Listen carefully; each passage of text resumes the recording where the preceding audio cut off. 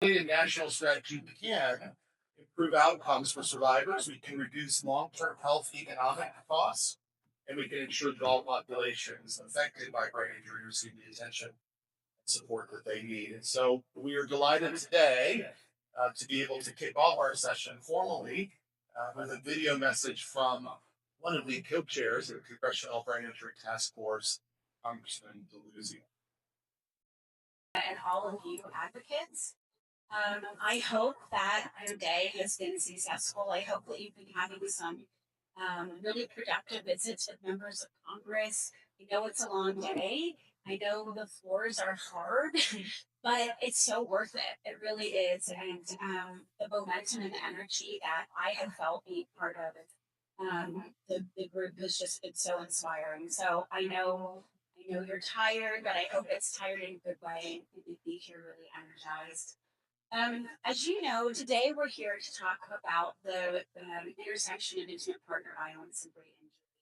And the TBI Act, which is the only federal legislation that creates funding for states to be able to support people with brain injury, is 18 months overdue past reauthorization. Again, I hope that all of your advocacy today is helping move that forward and that we will see progress soon and we'll see reauthorization soon. Those grants that the TBI Act funds are very impactful, as you know, and states leverage them in really amazing ways. One of the ways that they have been very successful is to support survivors and families impacted by intimate partner violence. And I'm so delighted to be with you today to learn more from our expert panel to talk about that very hidden intersection and think about ways that we can support these individuals and families even more. So I have the honor of introducing two videos to you from two congressional champions, both in the Senate. The first video that we'll hear from is from Senator Cortez Masto. She's from Nevada, and she's really been a champion of shining a spotlight on the intersection of intimate partner violence and brain injury. She and Senator Jody Ernst a few years ago ensured that the GAO had a report to talk about this important intersection, which has led to some additional legislation as well. And within our TBI Act, as you know, there's now a focus on intimate partner violence and brain injury, the way that it's written. So we have many champions, as you've seen, in addition to the Congressional Brain Injury Taskforce, that very grateful for the leadership of Senator Cortez Masto and Senator Ernst. And so we'll hear from them now before we turn it over to our panel. Thank you. Today, about the lived experience and about what we're passing down. How close do you want to stand?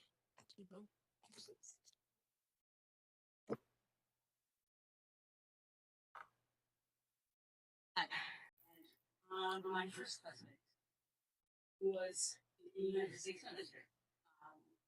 I have been smothered, strangled, had my head sent organs, balls, and held under water for long periods of time, shot at, punched in the face while driving down the highway, punched in the neck, and I was. Then there was the first day ever. Laundromat, and my husband was I was holding laundry, and he said, "I want to see me outside." I walked out the front door, where he punched me in the face, yeah, threw me 10 feet onto the ground. Don't remember him jumping on top of me. Next thing that I did know, he was punching me in the face. In my head repeatedly to the ground. Eventually, he stopped. I was in the seat. Remember that my glasses had fallen off, so I had to put those up in my hand. And then I was walking into the house, and the only thing my brain was like, concentrate on was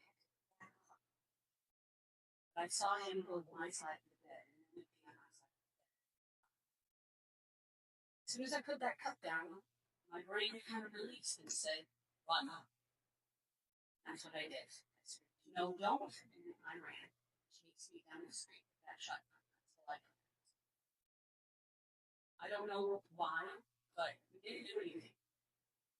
Eventually he hated it and said, let's go back to the house. Yep. Got back to the house. I sat down on that bed and I was holding that shotgun between my feet. He's down. Give me the shotgun. Shotgun. Not gonna be. Eventually it said, I don't need it. And jump on top. Put my arms down. Right. Managed to get my arms out. Fought as hard as I could. By that time it was too late. Consciousness. The next thing that I remember, it literally seemed like I was above myself. And then I woke up with the shotgun right on the floor. He said, I apologize for the word. Acid died. I'm normally with the shotgun that I wanted. Minutes later, he backed up. He looked at me and he said, what is wrong with your face? Shotgun on my mouth. Yep. And I looked in the mirror. My eyes were filled with blood. So I said, I need to go to the hospital. And it took me 20 minutes to back and forth. So finally called the ambulance. The only person that asked me, my husband was the one that did this, was the EMT in the ambulance while I'm strapped to the backboard and that breaks. My husband was standing at the end of the ambulance, looking down at me. I knew we had back pocket. Back. So they took me on the hospital. And they did 22 x-rays in my head. They got me into bed and work, and I was there for 5 minutes. Neurologist came to see me, and they said, well, you have concussion, and you'll probably have some light sensitivity, and maybe some migraines. But it'll only last about 6 months. Now, this was 1990, so there was very limited knowledge. Since then, I noticed over the years, I began to have light sensitivity in my eyes as I did from that point. I began to have anxiety, depression, started stuttering when I was either tired, overstressed, or overheated. And I've had a steady decline in cognitive function for the past 20 plus years. I get words, names, things that I should absolutely know all the time. In the middle of a conversation. Sometimes I can't even pull out the information. I used to have learning like a steel track, and now it feels more like a solvable. For years, I felt lost and scared, unsure what was wrong with me. Never putting two and two together, coming up with persistent questions. Then I found Dr. Nicole and she introduced me. I have, with their help, on a journey, self-discovery, soul healing, self-care, long road. But having sisterhood of women also being kind of injury of that has been what's not being fair. And also want to mention that this happened a long time ago. I didn't have a very long road of community, but I also found the strength to leave and live my life. And I now have been married to one woman for years. We've been together almost 20. He is so supportive and loving and understands my limitations and exactly who I am. He's always had my back. That is great.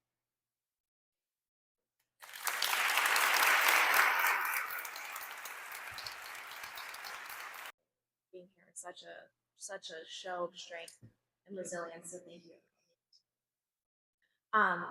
It seems as if you experienced the real impacts of brain injury for decades later. When was the first moment that someone was able to connect the dots? The first moment where the dots were connected was when I read a article that was written about a study that Dr. Valera was doing, and I'm looking at all the symptoms, and I'm like, that happens to me. That happens to me. I literally thought I just had dementia, and I'm looking at all these symptoms, and I was just like flabbergasted. So I sent a letter to the woman whose name was at the bottom of the email. And I said, I know this isn't your department and it isn't your problem, but if there's any way you can hook me up with Dr. Valera, I really feel like I need to talk with her. And she connected me with her, and we talked on the phone for about 2 hours. And she was like, well, absolutely, this is what happens with concussion. And she explained to me how with me having the concussion and then having, even after I got out of the hospital initially, I'd get my bell rung constantly. And so those were all the subconcussive hits, and they can add up. And I was just like, wow, okay. Like I I finally felt empowered because someone had connected those dots for me, and and I knew somebody who had had a traumatic brain injury, but it was way worse and way different than what I had. So I never put two and two together until then. You found that article. Thank you. Me too. It was a blessing. Did any type of services change for you after that moment, or did you have to educate providers about the reality and how to properly treat? I actually kind of did. So I am proud to say that when I started speaking in concussions, my doctor's office and no doctor office I'd ever been in had ever had a question on your yearly questionnaire about, do you feel safe at home, or are you having any violence in the home? And now there is that, and I am so happy for that. But yes, I had talked to different doctors about my symptoms and was told most of the time that it was just hormonal. And that's just normal aging. I'm 30 years old. I should be able to remember two sentences from what I said 2 minutes ago, And uh, it wasn't until 2024, when I was in a car accident and suffered another concussion, that I was actually sent to a concussion center. And I went through cognitive therapy, vision therapy, and I was like, wow, I actually feel better, and I got better, and I learned more coping mechanisms, and I feel better today than I have in the last 20 plus years. That's amazing. Thank you. Thank you. And I know there are some people in this journey that are educating and empowering. How do you pitch it? How are you sharing that and telling folks about that intersection? Well, I find that doing just what I'm doing here is, for me, this is the the best way that I can bring about that kind of change that needs to be changed. Um, Interviews, doing things like this, speaking at medical conferences about my lived experience, and communicating that I understand that in 1990 they didn't know as much as they know now. And it's just that proof that 30-year gap, how far we've come, but we still have so much more to go. So I'm going to keep doing this, and I'm going to keep talking, and I'm going to keep communicating, and doing that until we get to a point where we can fix the things that are wrong and not have to just deal with the symptoms, but to fix it. Thank you, Margot. And round of applause for Margot. Thank you so much for your advocacy. Thank you. I'm sure there'll be some nastier questions at the end. We do want to go to the Power Hub, a researcher, an expert, an advocate through the medical field, Kristen O'Connor. Still inspiring. Stories like what you just heard.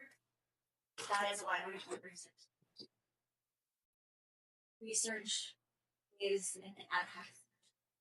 It gives us the numbers that we need to amplify the voices of the survivors who are telling people on this hill And the clinician offices where there are community services, there is respite and support.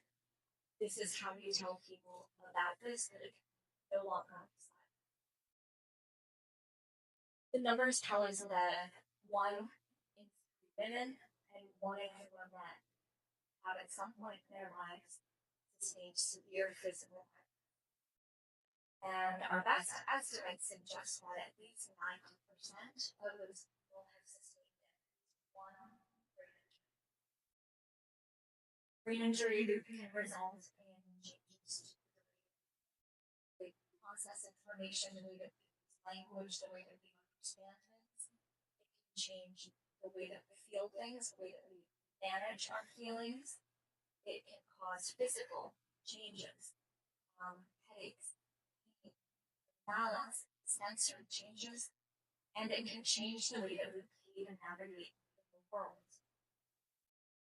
The way that we are able to control our emotions, to regulate our feelings, and to make sure that the way that we behave fits the situation.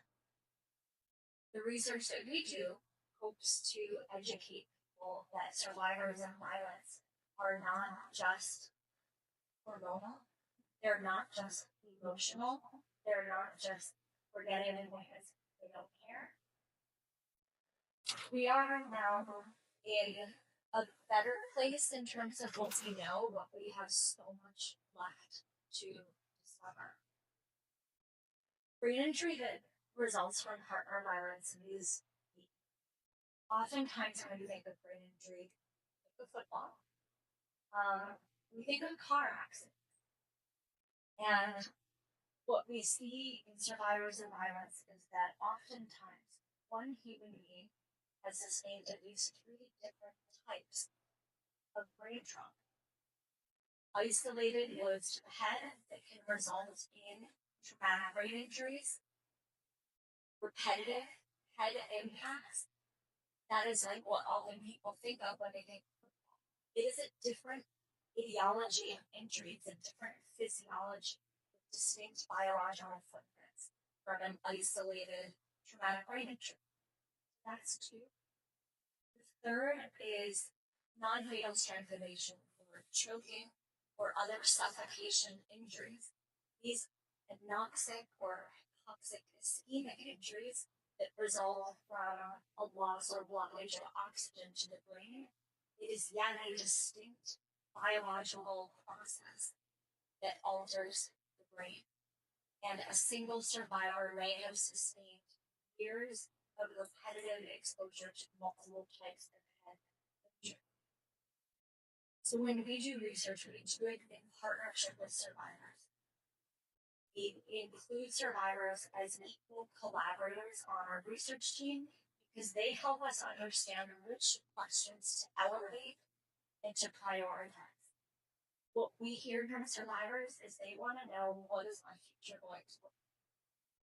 They want to know for whom might this constellation of brain trauma exposure result in downstream consequences, including what we see in the numbers: increased rates of dementia, of mental health conditions, of substance use disorders, loss of life to suicide, epilepsy.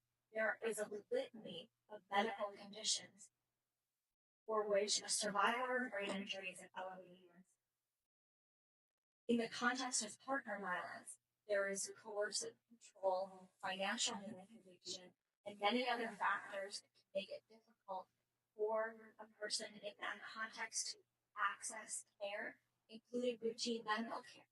So we also see a buildup of chronic medical conditions, many of which are treatable, but then go undiagnosed and untreated.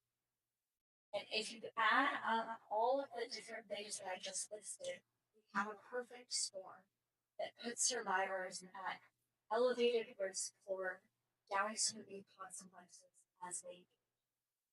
We are studying the brain itself in individuals who have died and chosen to donate their brain to science. That is the gold standard way of understanding the distinct pathology of these types of injuries.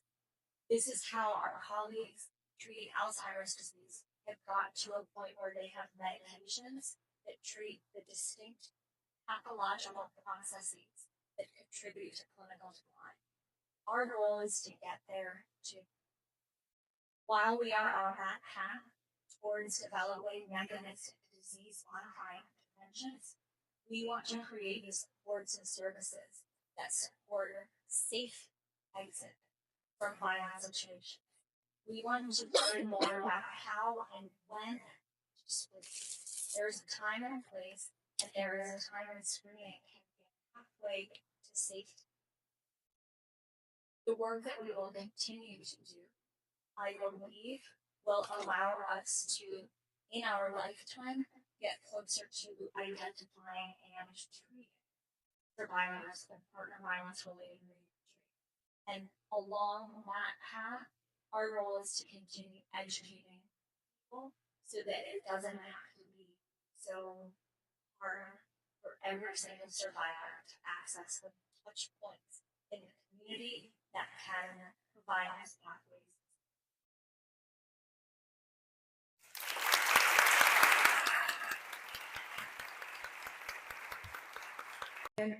Donating one's brain is not something that happens overnight. Right? We sign up and then we live a full life.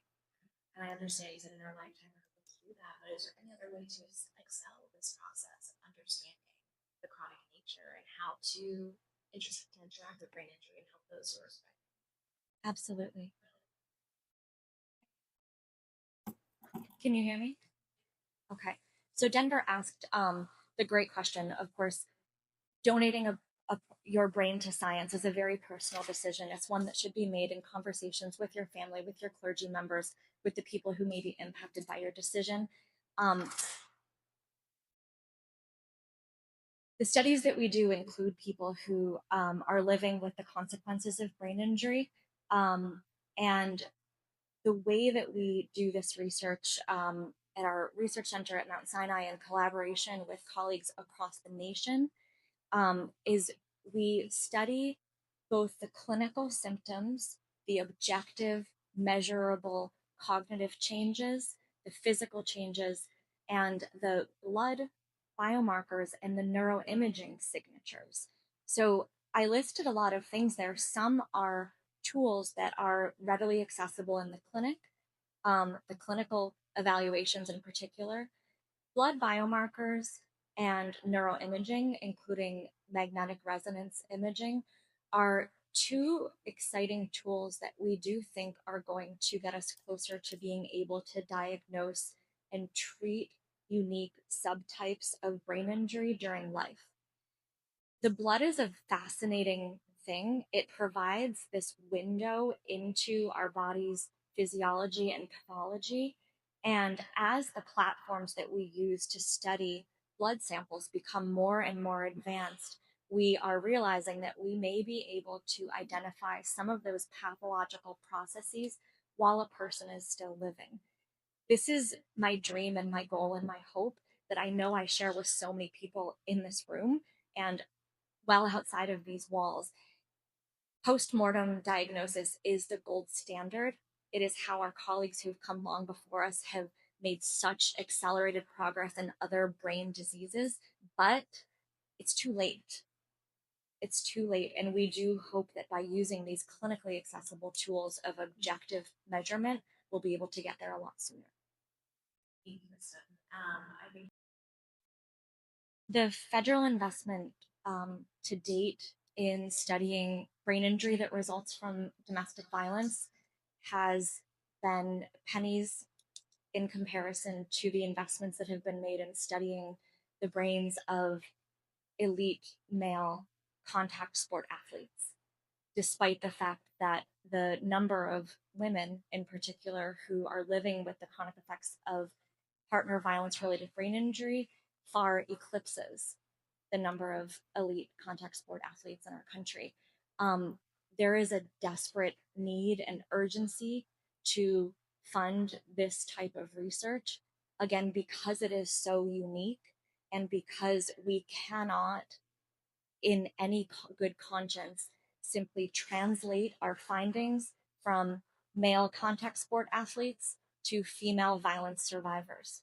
We cannot translate our findings from motor vehicle accidents and falls to the unique pathologies of partner violence related brain injury. This requires a concerted effort, which again will require advocacy. Thank you, Kristen. And everyone, please, round of applause. Switch to the other side here. Um, I have been hoping and dreaming of this day for many, many years. So I'm so appreciative that all of you took the time out of what is a very busy day and what is a very busy life to spend this time with us. I come from the domestic violence world, and I have spent the last 20 years working with survivors of domestic violence and preparing the professionals who serve them to respond to survivors in their most vulnerable moments with helpful, effective services, as well as empathy supported. But for nearly the first 15 years of my career, I had no idea that a monumental issue was missing from our understanding of domestic violence, depression, and brain injury. From my very first week in a domestic violence shelter, domestic violence survivors told me about the severe and often repetitive violence directed at the head and face. We talk about the trauma it caused and the course of control that surrounds it. Marvel, I'm so thankful for sharing your story with us. And I wish I could say that your story is a unicorn, that we never hear that in domestic violence services. That, oh my God, that's so bad, it's so terrible. But unfortunately, that is a story that is not outside the normal of when we think of the experiences that millions and millions of women have.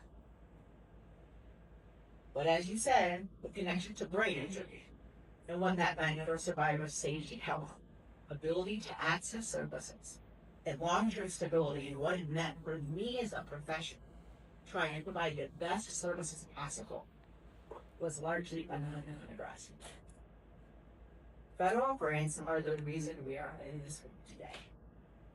While very few grants exist at this specific intersection, the Ohio Domestic Violence Network has received support from the U.S. Department of Justice Office on Violence of Victims of Crime and Office on Violence Against Women to begin addressing this issue. Our early research, we went out to our domestic violence authorities and talked to survivors who have access to their services. We learned that domestic violence survivors in our programs had experienced violence that could cause brain. Over 8 to 10 survivors reported being hurt that caused them, including a chilling number who told us that they had been hurt.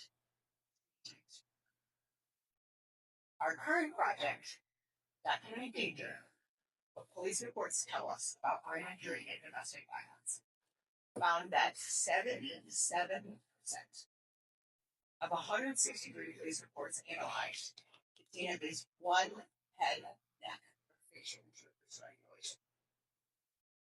In other words, these often invisible injuries hide behind the brain injury is a defining feature of most physically abusive relationships. Survivors often experience the cumulative effects of repeated head injuries and strangulation over months or years. At the same time, assaults involving potential brain injuries are often what brings survivors into choices. Police are frequently interviewing survivors immediately after assaults like this. She stated he struck her around 40 plus times in the head, neck, shoulder, arms, back, and neck. She stated he grabbed her around the neck, strangled her, banging her hands.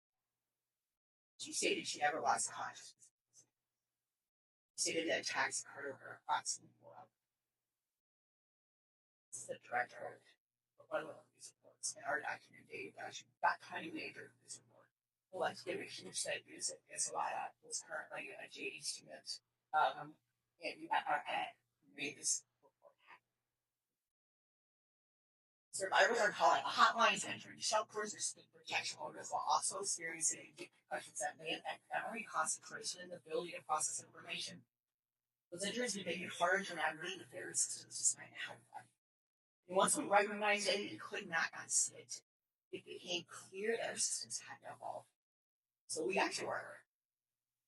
In collaboration with domestic violence programs, research partners, brain injury programs, and other multidisciplinary agencies, we develop frameworks, tools, and training to help professionals recognize and respond to brain injury survivors.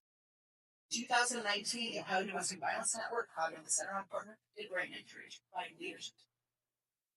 As Kristen says, survivors often face very different circumstances. The groups more commonly associated with brain injury, such as athletes and wolves. We also expanded our understanding of strangulation. It is already known that it is a major risk factor for severe assault and domestic violence and homicide. But we now understand that the brain injuries caused by strangulation can be lifelong and can profoundly affect the survivor's safety and quality of life. Today we are working collaboratively with the Brain Injury Association of Ohio and the statewide forensic nursing network, while also supporting national partners to address this issue. But we are still at the very beginning. There are more than 2,000 domestic violence organizations across this country, along with thousands of police departments, courts, healthcare providers, brain injury service providers, and other systems that will encounter survivors. They need training, they need research, and they need the resources to respond effectively. Because the violence does not end when the assault starts. Brain injuries can shape a survivor's safety and health, ability to rebuild their life long after this. One of the most powerful moments in this work, we heard this from Mario, is hearing the relief in a survivor's voice when they realize that maybe they are not stupid or crazy or unrandom, like their partners have told them often for years. That maybe the challenges they're facing are connected to the violence they survived and the injuries to their brain. This understanding can bring answers, bring direction, and can bring hope. But awareness alone is not enough. If brain injury is as common as domestic violence research suggests, and potentially affecting millions of survivors, then recognizing and addressing it must be part of how it's under response to violence. How we train our professionals, how we fund our services, and how we support survivors as they rebuild their lives. Because when we ignore brain injury, survivors carry the consequences alone. When we recognize it, we open the door to healing, safety, justice. That is why this work matters.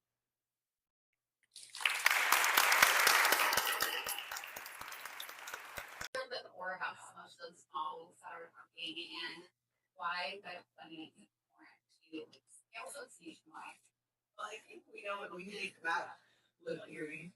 That is hard to but what we know about this is so many people who are experiencing violence, so many people who are experiencing trauma, enter many, many different sort of systems, and come through many, many different doors. As I said before starting this work, we were to ask me in 2016, do you do anything with brain injury? I said, no, I actually did domestic violence and trauma. Brain injury is that stuff that happens in football. This is not our issue. And I think the opportunity, what we know is none of us on our own is going to be able to figure out this issue.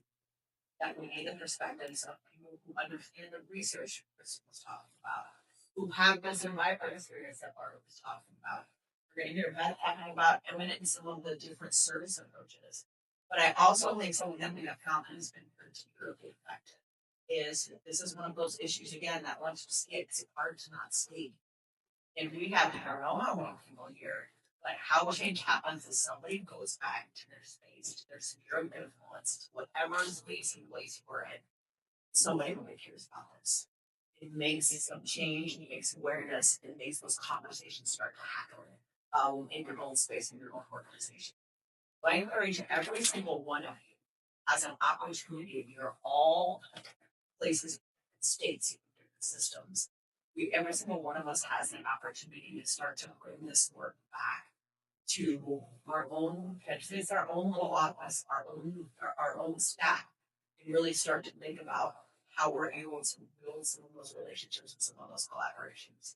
I pronounced Nash, I called it Washia for a while, like I didn't know what it was. Like I never know the Brain Injury Association, I didn't know any of that. So I think it is bringing us all together. As this work. Grateful. Injury is a significant and unrecognized public health concern among survivors of domestic violence. Many survivors experience blows to the head, face, and neck, strangulation, and other assaults that can result in burn.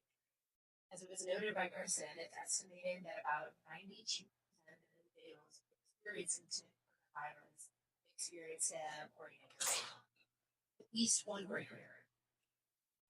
And with many experiences repeated since over time, yet these injuries frequently go undiagnosed and untreated. Because brain injury is often an invisible disability, survivors may be living with cognitive, physical, or behavioral emotional limitations that directly impact how they access and participate in services.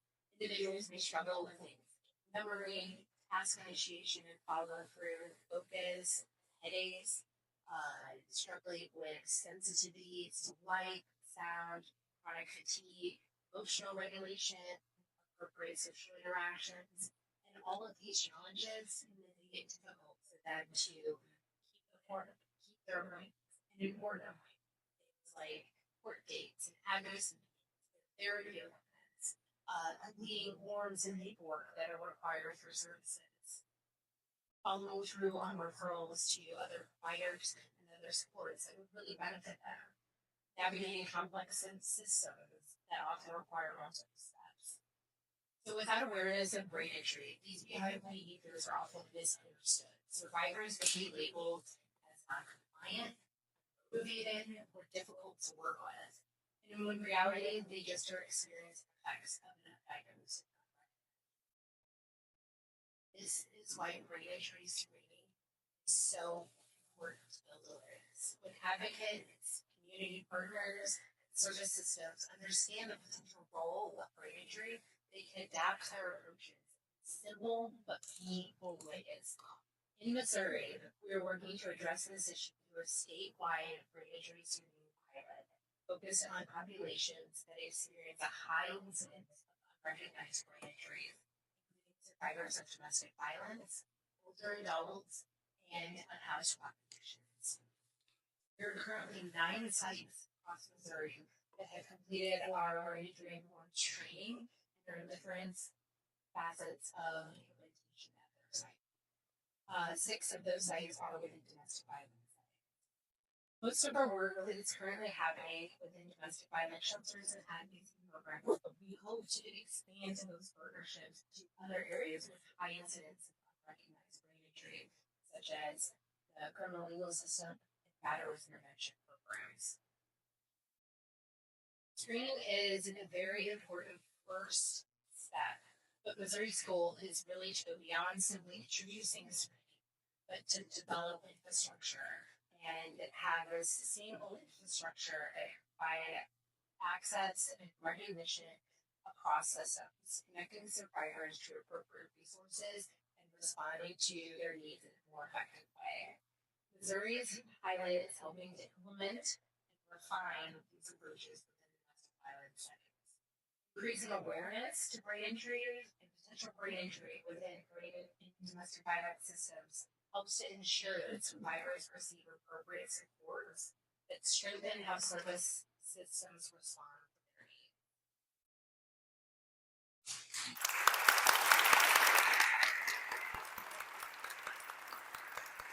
Screening connection to services is something that we're able to do through a grant from the administration. We talk a little bit about how that grant has allowed us to do this. So the state partnership for these initiatives was funded this. So we were fortunate in April of 2025 that we were able to utilize the courier funds. And that was when we launched.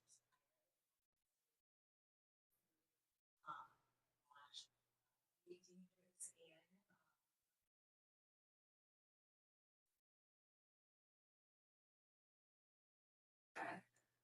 One question I know that they're also doing work on the national level to bring together our partners through nations. Power of partnership.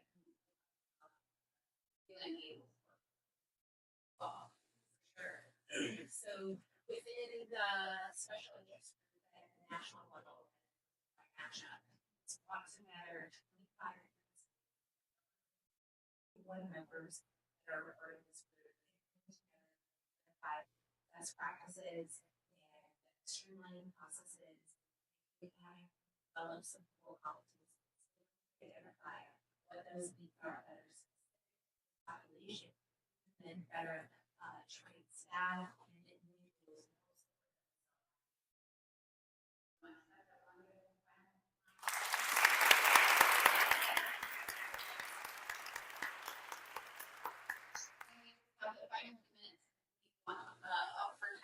Beginning from Andrew with TBII, which we are hoping to authorize. That hasn't been authorized in the last 18 months, and really that legislation is so important to help continue the grants that Bev talked about that support this population and to have a focus on this. So for those congressional staffers in the room, we ask the go back to your boss and think about going down the TBII. Absolutely. We heard that there are gaps in awareness, education, protocol, standards across the board, and that's why we're calling for a national action plan. To take this seriously, to put the 1 in 4 Americans experiencing just TBI, not all the brain injury that exists today, at the forefront, at the hills of Congress, at the Congress, to ensure that we can uplift the cause. So we need an national action plan, and we need it now to ensure that we can let all course of our freedom government to support our survivors. I think with that, I would like to open up the questions. My name is Daniel Fenton. I am a research pathologist that works at the University of North Carolina Chapel Hill with veterans, first responders, and also variant football players. I share your goals to expand folks' research beyond just the athletes and our service members as the surveyors and women as they are. I've been spending today all looking at in meetings with congressional staffers. I've been trying to put myself in their shoes, given the environment that DC has had over the past year, where we've got some across a lot of really good causes. And I imagine that many staffers have been hearing really good news stories about a lot of really good, just causes day in and day out. I imagine, and that perspective, that is probably really draining. And I imagine some of them are probably to some level of